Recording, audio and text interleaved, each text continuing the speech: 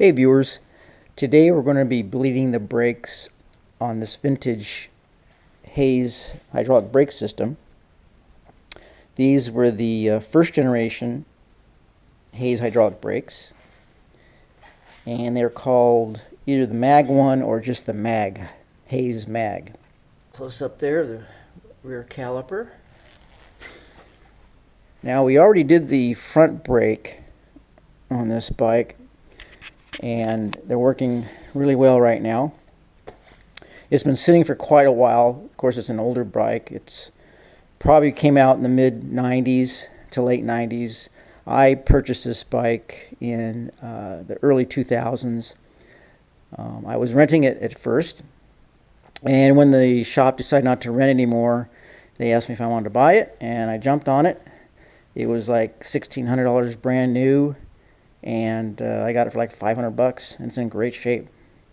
So anyway, it's been sitting for about 5 or 6 years, if not longer. And of course I had to get it shifting again. It wasn't shifting very well. We'll make a video on that a little later. But the brakes, of course, didn't work at all. They're all dried up. So anyway, it was kind of hard to find anything online on how to do this. And so I did find the manual on the Hayes website. So anyway, we're going to get this set up. What I'm going to do is probably hook up tubing back here and loosen this, and then the brake lever itself is actually the master cylinder, and we're going to turn this up, and there's a little area which I'll show you a little bit here that we're going to put another tube into to push the fluid through. So I'm going to get that set up, and then we'll continue. Okay, so I purchased this Hayes Pro Bleed Kit from Jensen, USA. They had a pretty good price on it.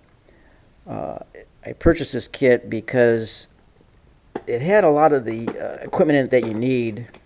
Now, you could probably go online and get a lot of this, purchase it separately, and probably do it a little cheaper, but this was only on, I think, like $35, so I just decided to go ahead and get it.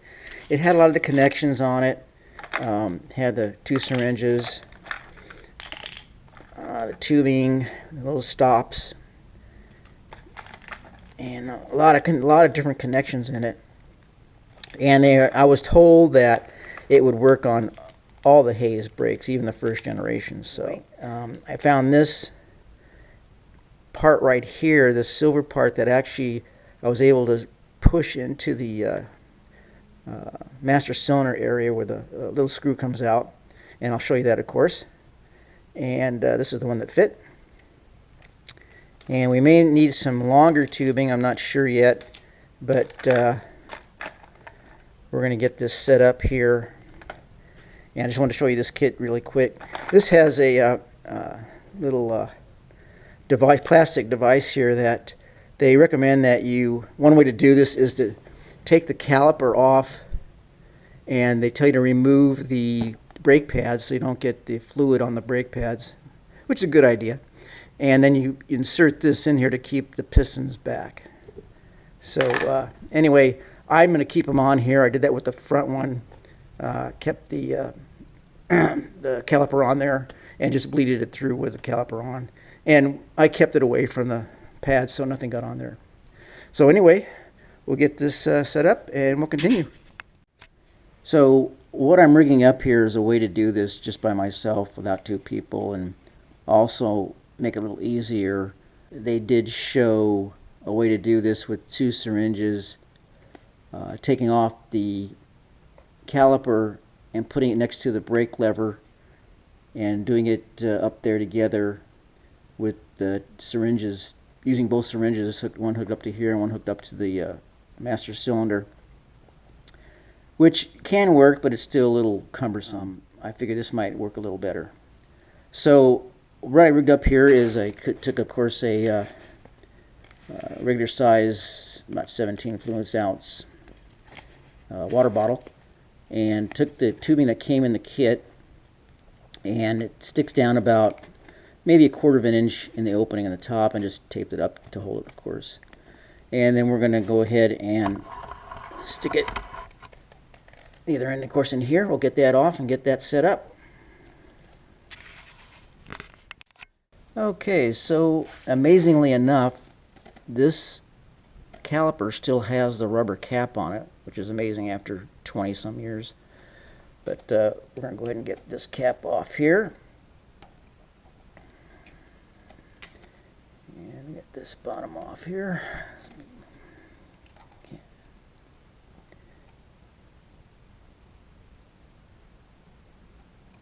There we go. Still in one piece.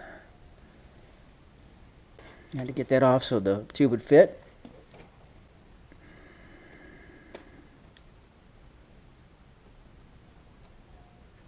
There we go. We'll make sure that's on all the way down. And it's a nice little lip on there. Will keep any of it from dripping out of the sides. Looks like we're on there pretty good. I'm going to go ahead and twist this a little bit, make sure. And there we go.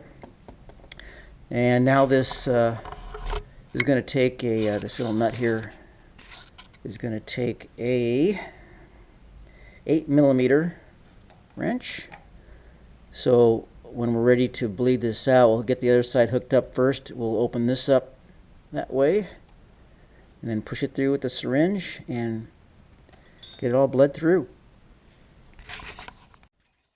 Okay, what we're going to do next is we're going to loosen the lever here so we can turn it up. This older first generation takes the nuts that are screws that are holding this together is a 2.5mm Allen wrench, and we're going to turn this upward,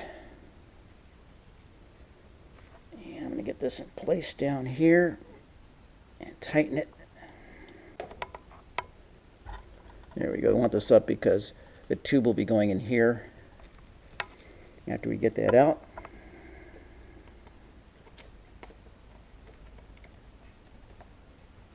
There we go. Okay. Next what we're going to do is remove the little screw on the top there. Trying to push down not to strip this.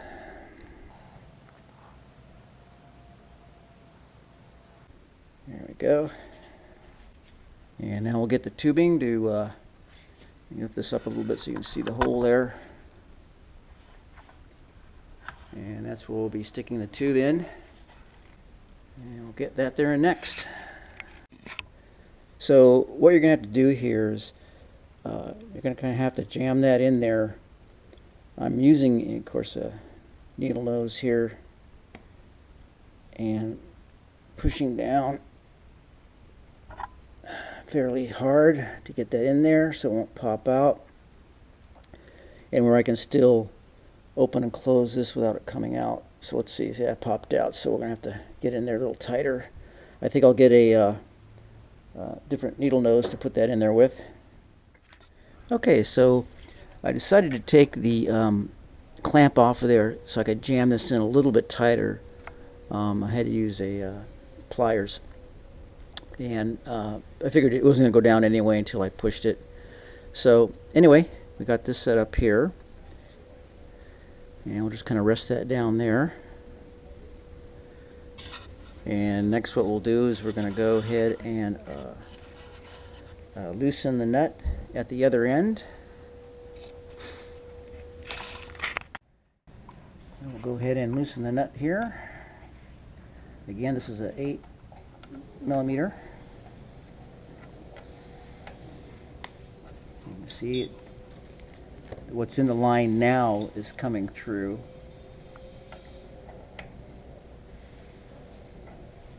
So now we'll go up there at the other end. And now we're going to push this through.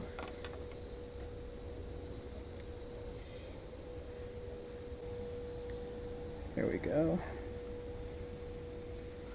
And I'm going to put the camera at the other end. I'm going to pull up on this a little bit, see if I can get some air out of there. There we go.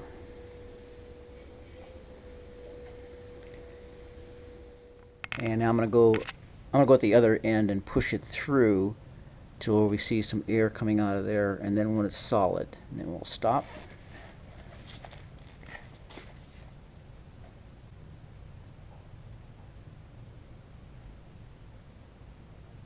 Here's the air coming through.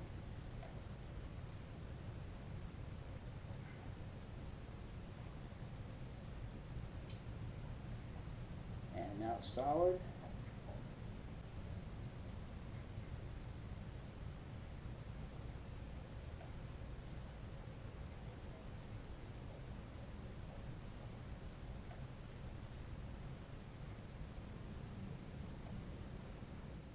Okay, just wanted to take the camera off here to show you that. Now we have solid fluid here, and we're solid all the way up here, so we're looking good. And as you can see, I pushed most of the fluid through, so we should have a solid line there. So what we're going to do down here, I'm going to go ahead and tighten this.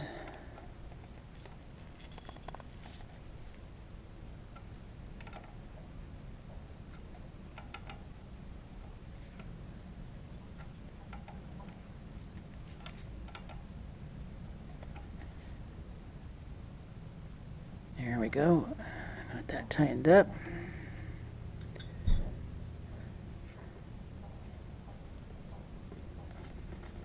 And we'll take this off here. Get out of there. Nothing dripping down, so we're good.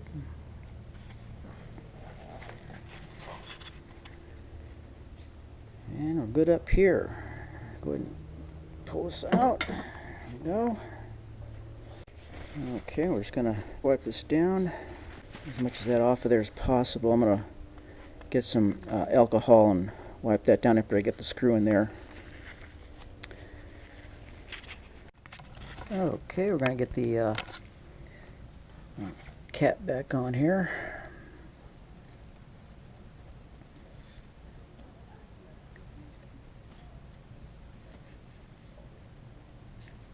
There we go. Got that in place.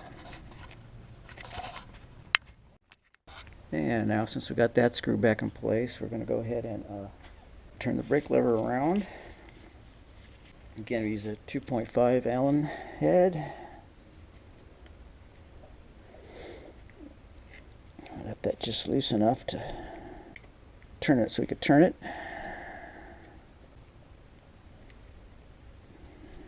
Okay, we're all snugged up. And we got, wow, it's even better than the front. So now we got some brakes. So that does it. Looks like we're back on the road again. Got front brakes. We got some really good rear brakes. Wow, yeah, that's really good. No leaks down there. Down here we're looking good too. Got all tightened up, buttoned up, and we're ready to go. Well, that's how you do it. Most of these brakes will probably be the same, even though these are vintage Hayes. Well, thanks for watching. Hope this helps. And watch for more videos.